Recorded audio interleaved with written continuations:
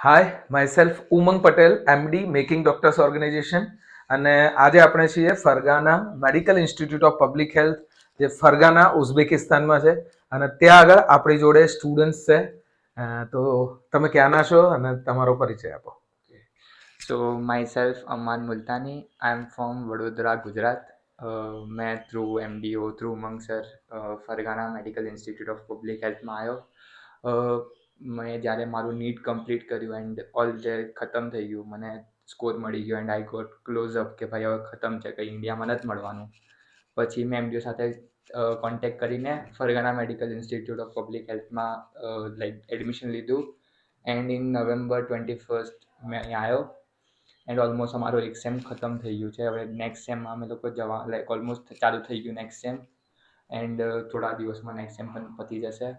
So overall Fergana institute of public હેલ્થમાં અમે લોકો ઓલમોસ્ટ 5-6 મંથથી અમે લોકો છે and it's been a good experience. અમારે સારા એક્સપિરિયન્સ છે, ખાવા બાબતે, રહેવા બાબતે સારા એક્સપિરિયન્સ છે અમારા. So it's nice. અમારે સારું છે ને અમે લોકો રૂમમાં બી કોઈ તકલીફ નથી, સારું છે. ને આ મારો રૂમ પાર્ટનર છે, હવે તમને કંઈ બતાવશે. તું ક્યાંનો છે? મારું નામ મહેરાજ છે, હું સુરતનો છું ને મારું તો MDOથી કોન્ટેક્ટ હમણાંનું નથી. હું 11th હતો ત્યારે ગુલામ સરે વિઝિટ કરી હતી મારી સ્કૂલ, તો ત્યારની જ છે. મતલબ જ્યારે મેં મારું નીટ પતાવ્યું તો ફર્સ્ટ ટાઈમ નીટમાં તો 365 હતા, તો નો ચાન્સ. તો પછી મેં ડ્રોપ લીધું. તો એઝ યુઝ્યુઅલ જે ડ્રોપ પછી જે થયું નીટનું એ બધું, તો 544 આવ્યા. તો એક્સપેક્ટેડ હતું કે આપણે જીમર્સ મળી જશે લાસ્ટમાં, પણ ખબર જ છે બધાની સિચ્યુએશન, તો ના મળ્યું. તો મેં કોન્ટેક્ટ કર્યું MDOને ને આ લોકોએ મને જુદી જુદી કોલેજને બધું સજેસ્ટ કર્યું. તો મને ગુલામ સર એને બધાને એમ સજેસ્ટ કર્યું બેસ્ટ ફરગાના. સો હા, બેસ્ટ છે, તમે આવી શકો. તમે અહીંયા academic education, food, hostel facility આ બધાની કમ્પેરિઝન જોતા તમને અહીંયા કેવું લાગ્યું? કમ્પેરિઝનમાં આપણે જોયું તો નથી ક્યાંય જઈને, પણ હા, જે સાંભળ્યું હતું એના વિશે તો હા, એનાથી તો સારું જ છે એમ. મેં પોતે ઓલમોસ્ટ 4-5 વર્ષ હોસ્ટેલ રહેલો છું, મને ખબર છે કેવું હોય છે હોસ્ટેલ. મારું હોસ્ટેલ આવું ના હતું, એવી ફેસિલિટી ના હતી.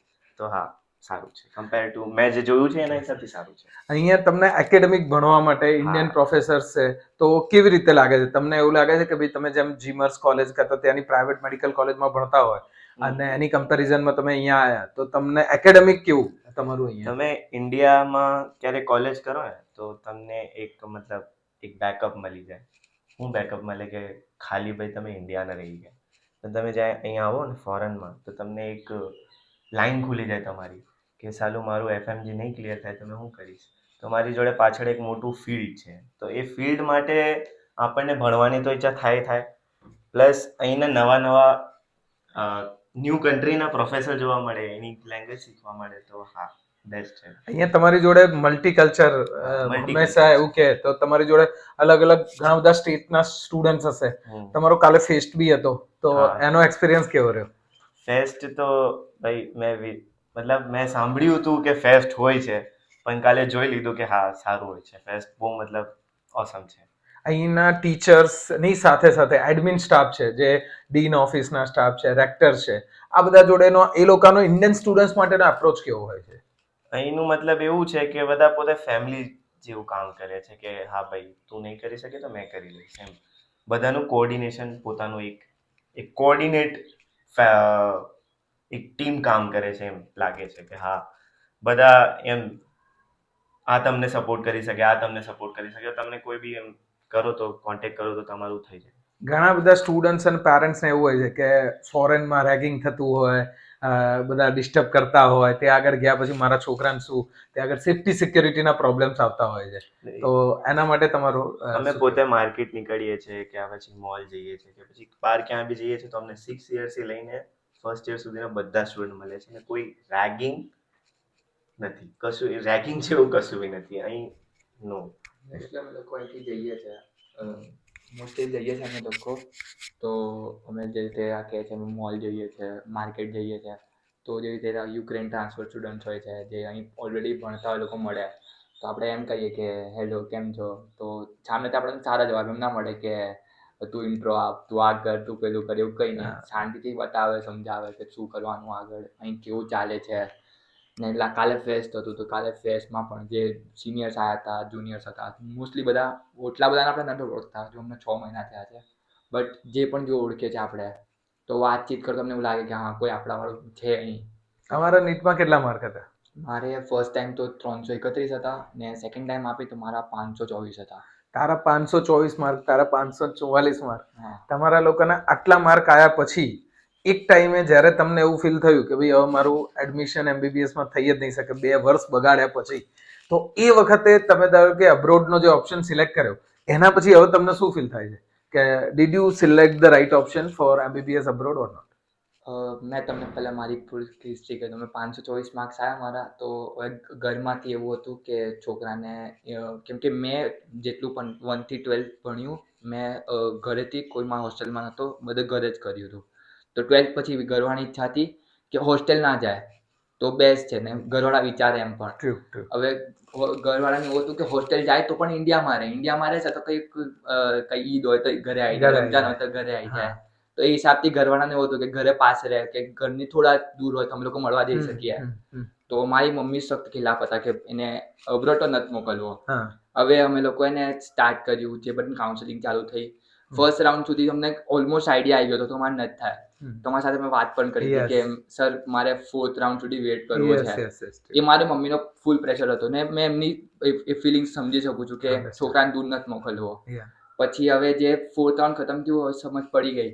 અમારા ઘરમાં એમ ડિબેટ થતી હતી કે શું કરવું છે. મારી મમ્મી કે બેટા તું કંઈ પણ કર, નથી જવું આપણે બહાર, આપણે બીએચએમએસ કરી લો. પણ હવે મેં જે નાનપણથી મોટો થયો છું મને એવું છે કે મારે એમબીબીએસ જ કરવું છે, મારે ડૉક્ટર બનવું છે. ને ડૉક્ટર તમે એવું સોચો ને કે ડૉક્ટર બનવું છે પછી એમબીબીએસ જ બેસ્ટ હોય. એના પછી તમે એવું સોચો ને કે બીએચએમએસ ડૉક્ટર હોય, પણ હવે તમે દિલમાં એવું થાય કે બીએચએમએસ ડૉક્ટર એમબીબીએસ હોય. તો એ હિસાબથી મેં પણ સોચ્યું હતું એમબીબીએસ આપણે કરીશું. હવે એનામાંથી ઓપ્શન તો છે કે આપણે પ્રાઇવેટમાં કરી લો. મને પ્રાઇવેટમાં મળતું હતું, મને પારુલમાં મળતું હતું, મને જાયડસમાં મળતું હતું, તો આ બધા જગ્યા પારુલ મળતું હતું. હવે કેવું હતું કે 10-12 લાખ ફીસ પર યર. તમે એમ વિચારીને ચાલો કે ભાઈ 10-12 લાખ તમે ભરી શકો છો. મને ખબર છે મારા ફેમિલીની શું કન્ડિશન છે, ભરી શકે નહીં ભરી શકે, મને વધારે આઈડિયા હોય. તો હવે એ હિસાબથી તો નથી ભરી શકવાના મને ખબર છે. હવે તમે થોડું મેં એવું કહે ને કે પપ્પા આ છે કરી લઈએ તો થઈ જાત, ના પાડત. પણ હવે એ જ 10-12 લાખ આપણે 4-4.5 વર્ષ ભણવાના 50-60 લાખ પહોંચે જમદન. હવે બીજી કોઈ કરોડ પહોંચે ના કરતા અહીંયા આપણે ઓલમોસ્ટ અડધાથી બી ઓછામાં થઈ જાય છે. ને કન્ડિશન્સ પણ તમે કીધી એમ કે બેસ્ટ છે, તમે અહીં આવીને તમે કરી શકો છો. મેં બીજી બધી કોલેજો પણ જોઈ હતી. મેં રશિયા જોઈ હતી, મેં જોર્જિયા જોઈ હતી, મેં અહીં પણ જોઈ હતી, કઝાક જોઈ હતી, બધી જોઈ હતી. ને બધી મને બતાવી ગઈ હતી કે આ કોલેજો છે ને આ કમ્પેરેટિવલી નવી કોલેજ છે. તો હવે અમે લોકો એક્સપિરિયન્સ તો કોઈના પાસે નથી, કોણ અહીંયા આવીને ગયું છે, કોણ નથી આવ્યું. અમે લાઈક એમ જ આવ્યા કે ટ્રસ્ટ પર આવ્યા હતા ને વી ગોટ ધ બેસ્ટ. તો એ હિસાબથી અમે લોકોને મળ્યું બેસ્ટ. ટીચર્સ સારા છે, ખાવાની ફેસિલિટી બહુ જેન્યુઅનલી સારી છે. હોસ્ટેલનો રહેવાનું અમને કોઈ પ્રોબ્લેમ આવતો જ નથી. 2 સીટર રૂમ છે, કોઈ મગજમારી નહીં, અમે લોકો શાંતિથી રહીએ છીએ. ને અહીં બહાર ફરવું હોય, કંઈ જવું હોય તો પણ બેસ્ટ છે જગા, એકદમ સેફ છે. એના લોકો છે, અમને લોકોને ઉઝબેક નથી આવડતી ને આ લોકોને ઇંગ્લિશ નથી આવડતી, તો કમ્યુનિકેટ નથી કરી શકતા અમે લોકો. તો પણ આ લોકો ફૂલ ટ્રાય કરે છે કે તમે કોઈ દિવસ બહાર જતા રહો, તમને કોઈ ના દેખાય, તમને ના સમજ પડે તો પણ એ લોકો ઈશારામાં તમને સમજાય દે કઈ પણ રીતે. તો એ લોકોનો નેચર બહુ સરસ છે ઇન્ડિયન્સ લઈને. કોઈ એવી મગજમારી નહીં કે એ લોકો આપણે રેસિઝમમાં બિલીવ કરતા હોય. કે તમે સ્ટુડન્ટ્સ મોકલો તમને ખબર હોય કે અમેરિકામાં, લંડનમાં બહુ રેસિઝમ ચાલે ને અહીં એ રેસિઝમ નથી. ને એ રેસિઝમ પણ નથી, એક એવી એ પણ નથી કે આ લોકો આપણાથી નીચા છે કે ઊંચા છે, કંઈ પણ નહીં. એકદમ સરસ રીતે ટ્રીટ કરે તમને. ને તમે કોઈ અગર બજારમાં જાઓ, તમને અગર એવું થાય ને કે કોઈ આપણાને ઉલ્લુ બનાવવા માંગતો હોય તો બીજા લોકો આપણને હેલ્પ કરવા આવે. એ પણ અમને કોઈ બહુ બધું ફેસ કર્યું છે.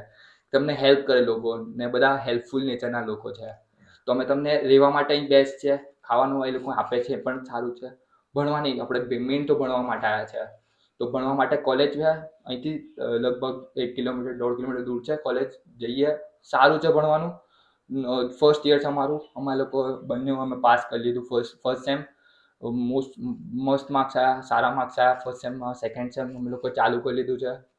સો ભણવાનું પણ કંઈ દિક્કત નથી. હવે ઇન્શાલ્લાહ ડૉક્ટર બની જઈશું. યસ, 100%. અને મેકિંગ ડોક્ટર્સ ઓર્ગેનાઇઝેશન ઓલવેઝ તમારી જોડે છે. તમને એફએમજી ગાઈડન્સ માટે, નેક્સ્ટ એક્ઝામ અને નીટ પીજી માટે પણ ઓલવેઝ ગાઈડ કરતા રહેશે. અને કેવળ ઇન્ડિયામાં પણ નહીં, પણ તમે દુબઈની DHAની એક્ઝામ છે, AMCની ઓસ્ટ્રેલિયાની એક્ઝામ છે, USMLE છે, UK MLA છે, આ બધી જ એક્ઝામમાંથી કંઈ પણ આગળ જઈ શકો એવી ખૂબ ખૂબ શુભકામનાઓ તમને. એક વાત સર, અમે લોકો બી આ કોલેજે ઓર્ગેનાઇઝ કર્યું છે સ્ટુડન્ટ્સ માટે ખાસ, જે લોકોને એવી ઈચ્છા હોય કે અમે લોકોએ આવું છે અહીં.